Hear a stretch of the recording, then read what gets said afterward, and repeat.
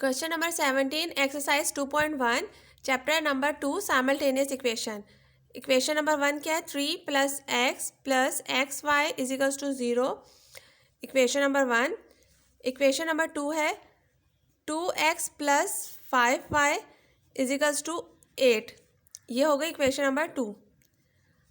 अब हम चाहे इक्वेशन नंबर 1 में से वैल्यू निकालें x की इन टर्म ऑफ y या इक्वेशन नंबर 2 में से निकालें, कोई फ़र्क नहीं पड़ता, बात एक ही है. तो हमने इक्वेशन नंबर 2 में से in term of x y की वैल्यू निकालते हैं. ठीक है, 5y इज इक्वल्स टू से राइट साइड पे ही रह जाएगा,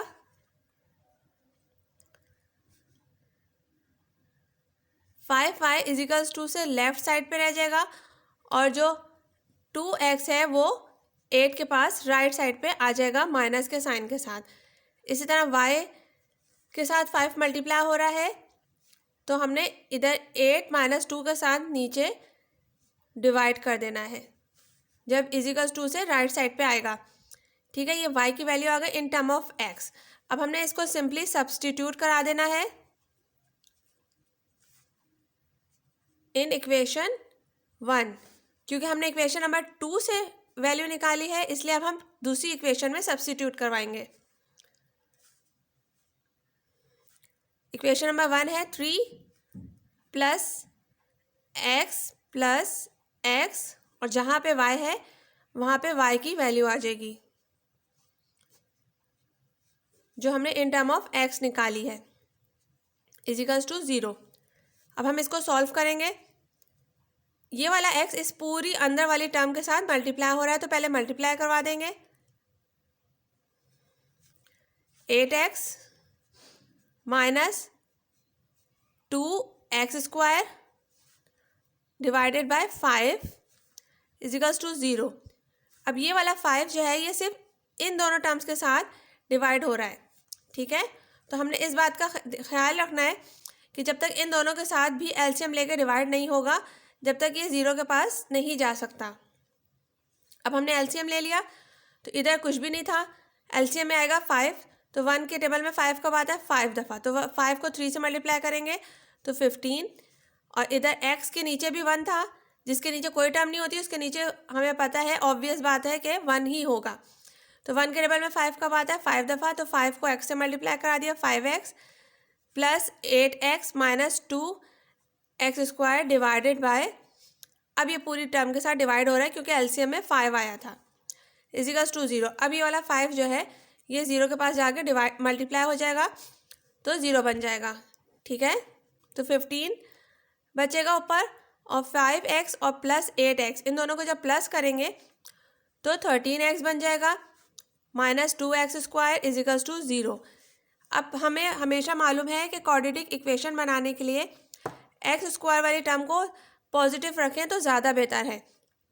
तो अब हम इसमें से माइनस कॉमन ले लेंगे, तो 2x आ जाएगा स्क्वायर के साथ. अब जिन जिन के साथ नेगेटिव साइन था उनके साथ पॉजिटिव हो जाएगा, और जिनके साथ पॉजिटिव साइन था उनके साथ नेगेटिव साइन आ जाएगा, क्योंकि हमने माइनस या नेगेटिव साइन जो है वो हमने कॉमन लिया है. ये उधर जाके ये -1 है, उधर जाके 0 हो जाएगा क्योंकि यहाँ पे मल्टीप्लाई हो रहा है. सही है, जिसके साथ इधर कोई कांस्टेंट टर्म नहीं है, 1 को हम लिखते नहीं है, तो माइनस कॉमन लेने का मतलब है कि -1 हमने कॉमन लिया है. ठीक है, तो जब ये -1 इधर मल्टीप्लाई उधर 0 के पास जाएगा तो डिवाइड होगा. ठीक है, तो 0 बन जाएगा. अच्छा, अब अंदर बच जाएगा 2x² - 13x - 15 is equals to 0. ठीक है, अब हमने इसको मिडल टर्म ब्रेक करना है. मिडल टर्म ब्रेक किस तरह से होगी कि इन दोनों का प्रोडक्ट बनना चाहिए, और प्लस या माइनस करें तो ये चीज़ बननी चाहिए. तो 15 टू द 30 होता है. ठीक है, आना चाहिए 30. अब हमने बनाया 2x - 15x - 2x - 15 is equals to 0. ठीक है, अब हमें करना क्या है? इन दोनों को माइनस करना है.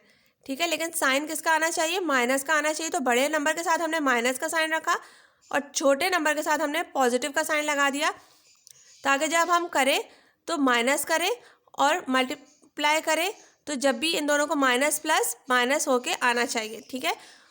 और इन बड़े नंबर का साइन भी आ रहा है।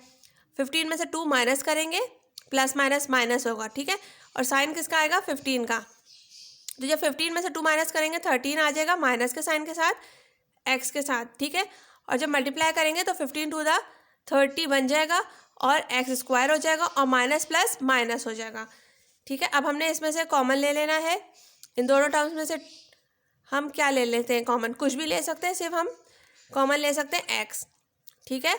अंदर बचा एक्स माइनस 2x माइनस 15, ठीक है। अब इधर से हमने ले लिया कॉमन 1, ठीक है। तो अंदर बचा 2x माइनस 15 इजिकल्स टू 0। तो x प्लस 1 एक ब्रैकेट बन गया और एक ब्रैकेट बन गया 2x माइनस 15 इजिकल्स टू 0। अब इन दोनों ब्रैकेट्स को हमने सिंपली इक्वेट करवा देना है 0 के साथ।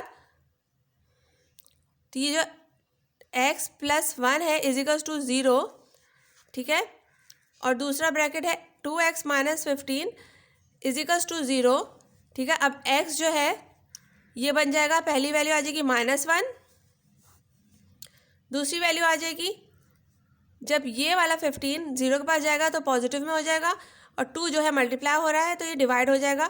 तो ये आ जाएगी दूसरी वैल्यू। x की 2 वैल्यूज़ आ गई, एक आ गई -1 और एक आ गई 15/2, ठीक है। अब इन दोनों वैल्यूज़ को हमने सिंपली सब्स्टिट्यूट करा देना है। कहाँ पे?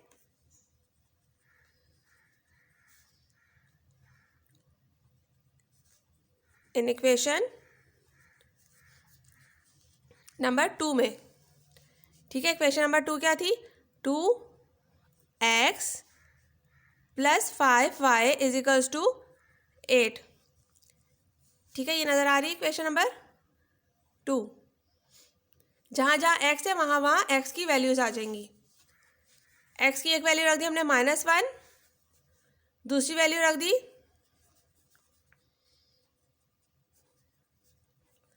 15/2। अब इनको हम सिंपली सॉल्व करेंगे।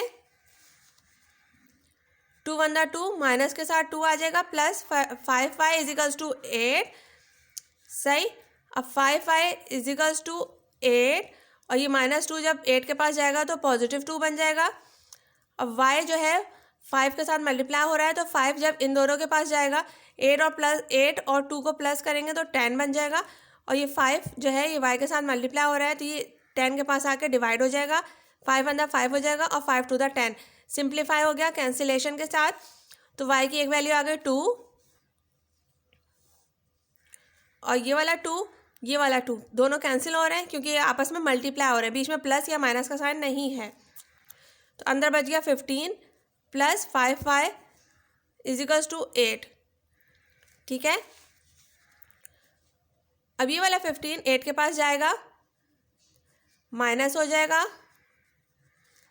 और ये वाला 5 y के पास मल्टीप्लाई हो रहा है तो जब 8 में से 15 हम माइनस करेंगे तो क्या बचेगा? 7,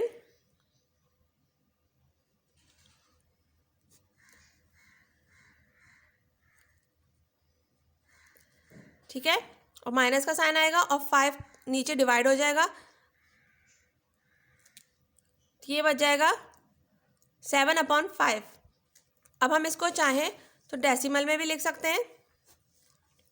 5 बाहर आ गया, 7 अंदर रह गया, 5 अंदर 5 माइनस किया, 7 में से 5 माइनस किया